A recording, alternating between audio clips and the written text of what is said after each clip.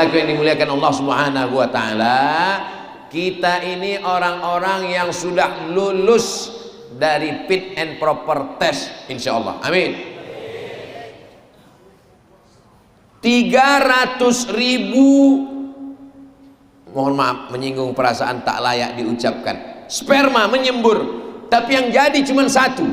Di antara satu itu berapa yang prematur keguguran, yang lahir berapa yang kecelakaan, yang sempat remaja berapa yang mati karena overdosis, berapa yang meninggal karena kecelakaan lalu lintas. Lalu kita bisa hidup sampai subuh ini. Berapa yang mati karena makanan, diabetes, gula darah, jantung koroner, macam-macam karena makanan. Sampai akhirnya hari ini orang takut makan. Dulu waktu kecil disuruh makan, semuanya makan, suruh makan nasi, makan mie pun pakai nasi.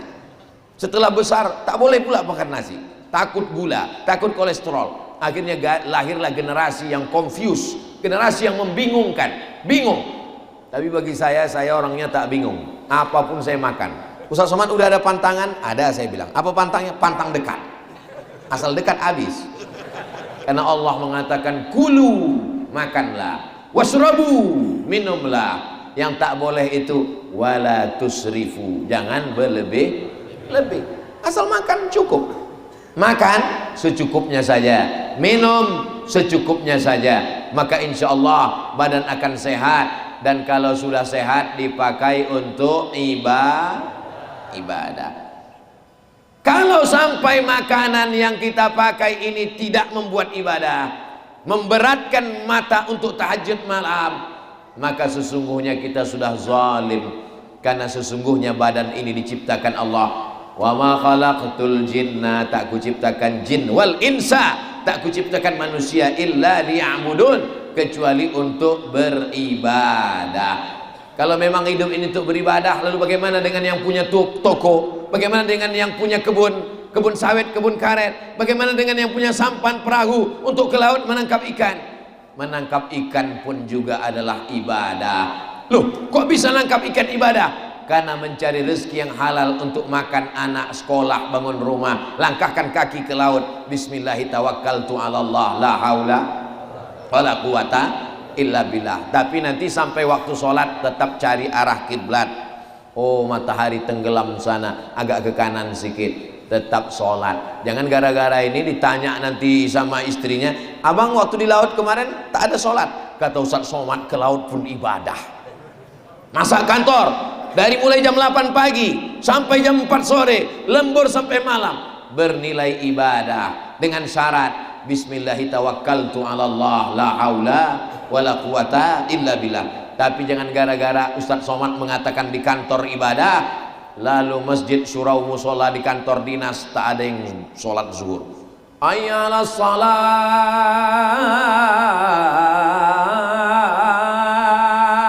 Berapa banyak di kantor-kantor dinas, dia yang muazin, dia yang qomat, dia yang imam, dia yang makmum, dia yang bersihkan musola itu.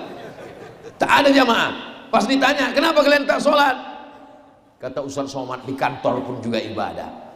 Ada yang namanya ibadah mahdoh, sholat, zakat, puasa, haji, umrah, zikir, baca Quran. Itu ibadah mahdoh, pure, murni, memang betul-betul ibadah.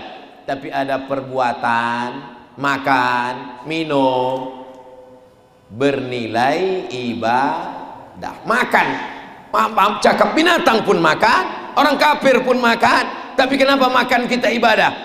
Makan kita ibadah karena disebut nama Allah, Bismillah. Allah mabarik lana, bacaan juga. Tapi katanya hadisnya dhaif Pak Ustaz. Ajma'al ulama ala jawazil amal bil hadis dhaif. Kata Imam Nawawi, sepakat ulama boleh mengamalkan hadis dhaif. Allahumma lakasumtu dhaif. Allahumma barik lana dhaif. Awaluhu rahmah, awsatu maghfirah, akhiruhu itqum minan nar dhaif. Utlubil ilma walau bisin, tuntutlah ilmu walau ke negeri Cina dhaif. Oh, ada itu Pak Ustaz? Ada dalam hadis, tuntutlah ilmu walau ke negeri Cina.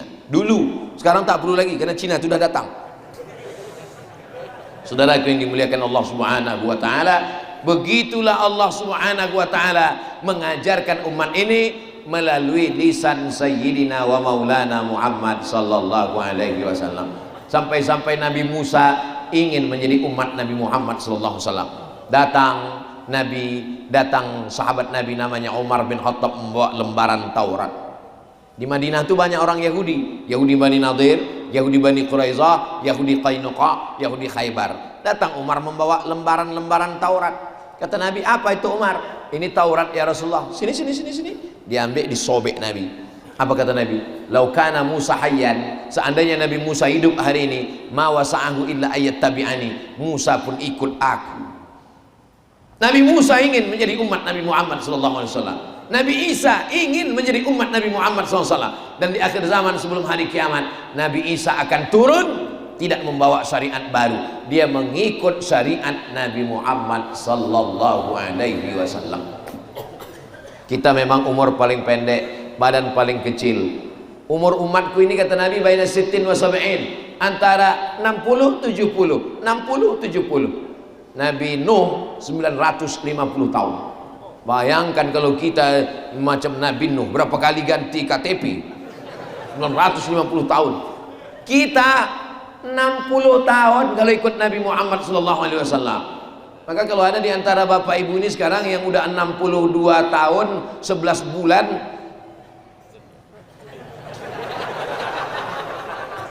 umur tidak menengok akte kelahiran. Malaikat maut kalau mencabut nyawa tidak menengok tua muda. Apa kata orang Melayu? Mumbang jatuh kelapa pun jatuh. Mumbang itu artinya kelapa muda yang busuk, jatuh juga. Kalau kita tegak di bawah pokok kelapa, bukan cuma kelapa tua yang jatuh, mayangnya pun jatuh juga ke bawah. Tapi ada kelapa tua tak jatuh-jatuh, dijolok pun tak jatuh, disinso batangnya baru jatuh. Artinya apa? Saya tak pernah berpikir bahwa umur saya 60-70. Dulu begitu. Saya akan mati tahun 2040. Lahir 1977, 2040, 63 tahun. Dulu saya berpikir begitu. Lama-lama saya tahu pikiran ini salah. Aku bisa saja mati kapanpun. Tadi malam waktu tidur, Bismika Allahumma ahya wa amut. Kalau mati aku malam nih ya Allah, maka aku istirahat dari dosa-dosa. Kalau hidup aku besok pagi ya Allah, berarti bertambah amal soleh. Tadi terbuka mata, alhamdulillah masih hidup lagi. Buka mata tengok jam dinding, alhamdulillah. Buka mata tengok AC, alhamdulillah. Buka mata tengok TV, alhamdulillah. Sampai masanya nanti buka mata gelap, tiba-tiba terdengar suara marabbuka.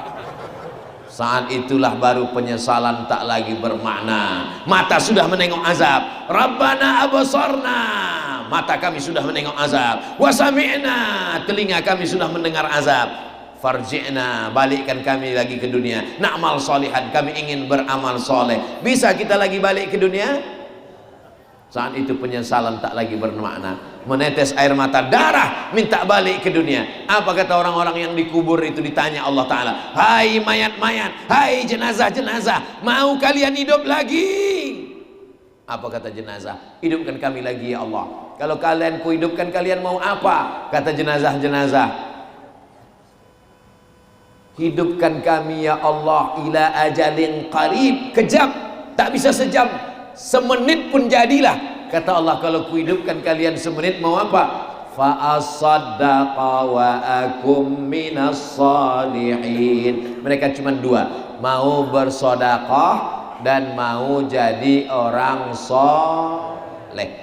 Itulah mengapa kita minta anak yang soleh. Rabbi habli minas salihin. Itulah mengapa kita minta jadi orang soleh. Selesai wudhu menghadap ke kiblat, asyhadu an la ilaha syarikalah wa asyhadu anna muhammadan abduhu wa rasuluh. Allahumma ja'alni minat tawabin wa ja'alni minal mutatahhirin wa ja'alni min ibadikas sholihin. Karena hanya orang soleh lah yang didoakan dalam sholat. Orang soleh didoakan dalam sholat. At-tahiyatul mubarakatuh salawatut thayyibatulillah. Assalamu alayka ayuhan nabi wa rahmatullahi wa barakatuh. Wassalamu alayna wa ala ibadillahi. Syarat soleh, soleh akidahnya. Jangan sampai ikut aliran sesat. Khawarij, Murji'ah, Qadariyah, Jabariyah, Mu'tazilah, sekuler, liberal, komunis. Sedangkan akidah kita adalah ahlus sunnah wal jamaah.